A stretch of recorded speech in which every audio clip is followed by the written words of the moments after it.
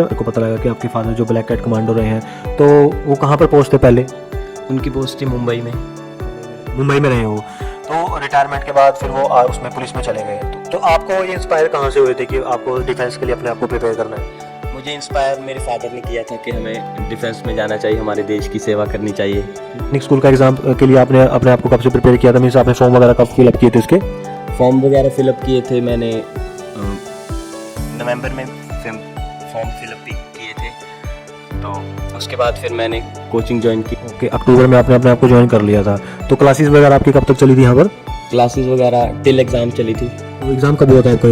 Exam था 5 जनवरी को था। 5 जनवरी को था। अक्टूबर से आप जनवरी तक अपने क्लासेस को कंटिन्यू करते रहे। तो जब आप एक सेल्फ स्टडी कर रहे थे, तो जैसे कुछ सब्जेक्ट्स होते हैं जो आपके इस एग्ज़ाम के अंदर पूछे जाते हैं, तो आपको एक क्या डिफरेंस नज़र आया था जब आपने अकेडमी को ज्वाइन किया, उसके बाद आपने जब यहाँ पर कोचिंग लिया, अपने सब्जेक्ट्स को प्रिपेयर किया, तो किन सब्जेक्ट्स में आपको बहुत ज़्यादा हेल्प मिली है?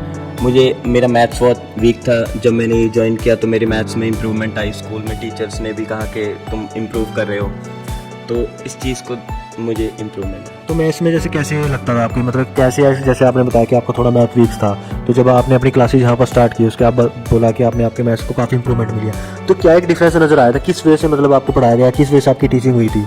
यहाँ पे जो टीचर्स हैं वो वेल क्वालिफाइड हैं, बहुत फ्रैंकली टीच करते हैं। तो जैसे भी एक खास चीज़ ये होती है कि जैसे बहुत से स्टूडेंट अपने आप को प्रिपेयर करते हैं, एग्ज़ाम की तैयारी करते हैं, लेकिन कुछ स्टूडेंट ऐसे होते हैं जो बहुत पढ़ते भी हैं बट फिर भी एग्ज़ाम को क्वालिफाई नहीं कर पाते। तो आपको क्या डिफरेंस नज़र आता है अपनी स्टडी में, या उनको आप क्या बताना चाहोगे किस वे में हमें अपने आप को प्रिपेयर करना चाहिए?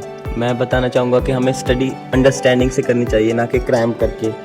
बहुत बच्चे होते हैं कि क्रैम करते हैं, फिर पेपर में जब जाते हैं तो एक तो 2 लाइन याद होती है तो सब भूल जाते हैं। तो हमें स्टडी अपनी अंडरस्टैंडिंग से करनी चाहिए। एक टाइम वो भी आता है जब आप एग्ज़ाम दे रहे होते हो एग्ज़ाम में, तो उस टाइम में क्या था माइंड में? जब आपने एग्ज़ाम दे लिया, फिनिश कर चुके थे आप, उसके बाद माइंड में क्या था? दोनों में क्या सिनेरियो था? फिर एक अलग ही सरप्राइज सा था माइंड में कि क्या होगा। पेपर तो बहुत अच्छा हुआ था। आपको पूरा कॉन्फिडेंस था जब आपने एग्ज़ाम दिया, उसके बाद क्या कॉन्फिडेंस था कि एग्ज़ाम क्लियर करोगे आप आसानी से? हाँ जी, मुझे तो कॉन्फिडेंस था पूरा कि मेरा एग्ज़ाम क्लियर हो जाए। चलो ठीक है, तो बहुत अच्छी बात है।